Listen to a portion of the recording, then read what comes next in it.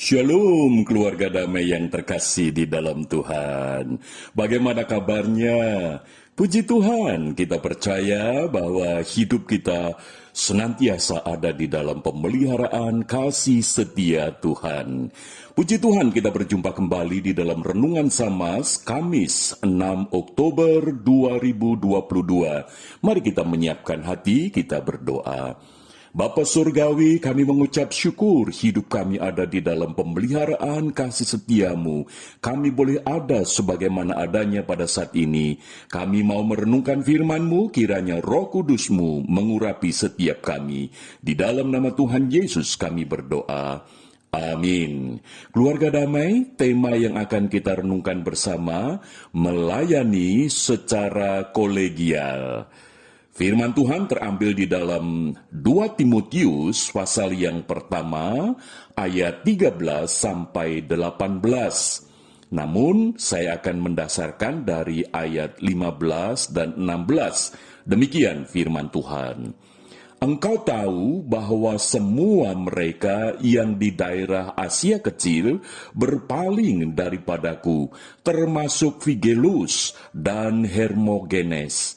Tuhan kiranya mengaruniakan rahmat-Nya kepada keluarga Onesiforus yang telah berulang-ulang menyegarkan hatiku.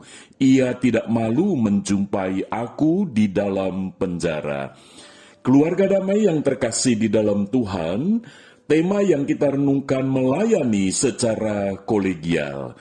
Di dalam manajemen kepemimpinan Kristen, ada istilah kepemimpinan yang melayani, kepemimpinan yang adaptif, dan kepemimpinan yang transformatif.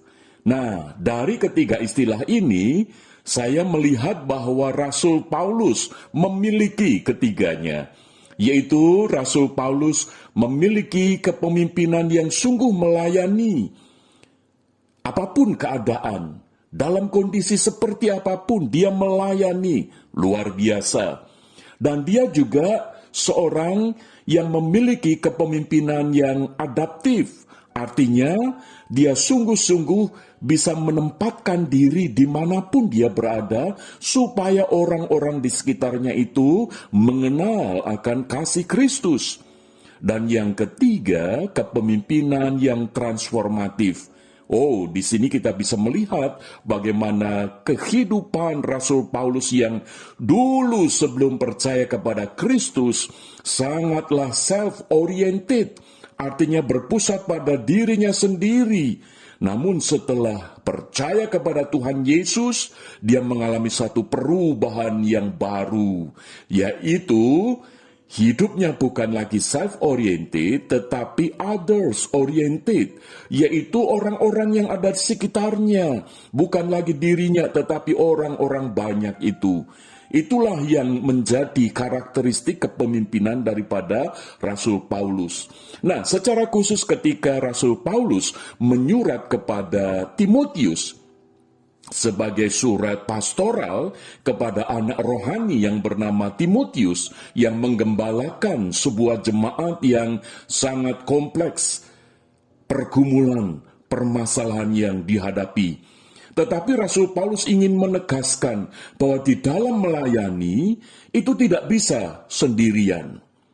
Nah, maka di dalam lingkup GKI, kepemimpinan yang diterapkan itu adalah kepemimpinan kolektif, kolegial. Maka itu kalau tadi tema yang kita gumulkan, kita renungkan bersama, melayani secara kolegial, artinya melayani bersama-sama dengan orang-orang yang terpilih, yang terpanggil.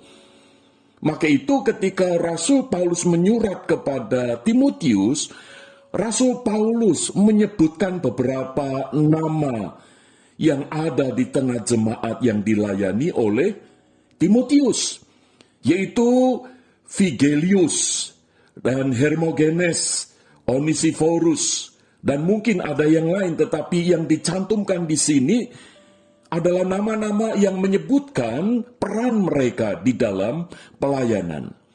Jadi dalam hal ini Paulus menjalankan kepemimpinan kolegial melayani bersama-sama dengan orang-orang di sekitarnya.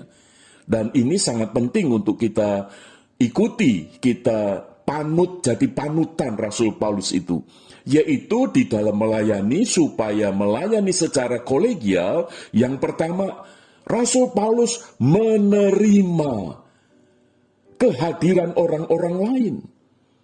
Maka itu dia dengan penuh sukacita, dia tidak merasa tersaingi. Orang lain bukan sebagai ancaman.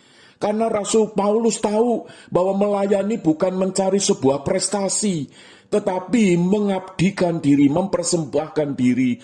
Maka itu kalau ada orang-orang lain yang melayani, Rasul Paulus menerima dengan sukacita.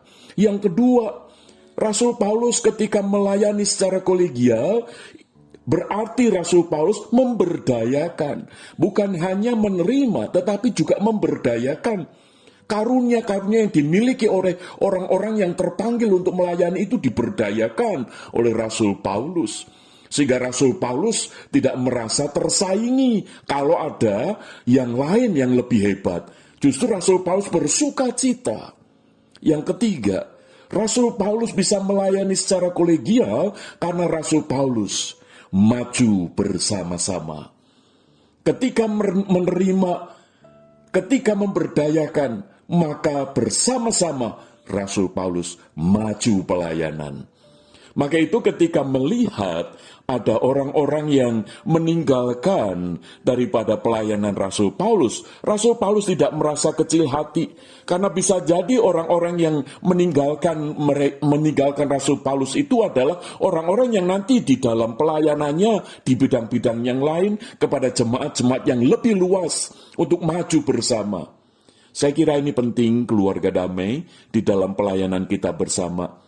Apapun kita, di bidang pelayanan apapun kita, marilah kita melayani secara kolegial, menerima orang-orang di sekitar kita, memberdayakan mereka, dan maju bersama-sama. Kiranya Tuhan menolong kita.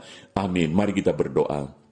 Bapa Surgawi, tolonglah kami ketika kami melayani, biarlah kami boleh melayani secara kolegial, di mana kami menerima orang-orang di sekitar kami untuk melayani bersama, di mana kami juga boleh saling memberdayakan satu dengan yang lain, dan kami boleh maju bersama-sama di dalam pelayanan untuk kemuliaan nama-Mu. Di dalam nama Tuhan Yesus kami berdoa. Amin. Keluarga damai, kiranya Tuhan Yesus memberkati kita sekalian. Amin.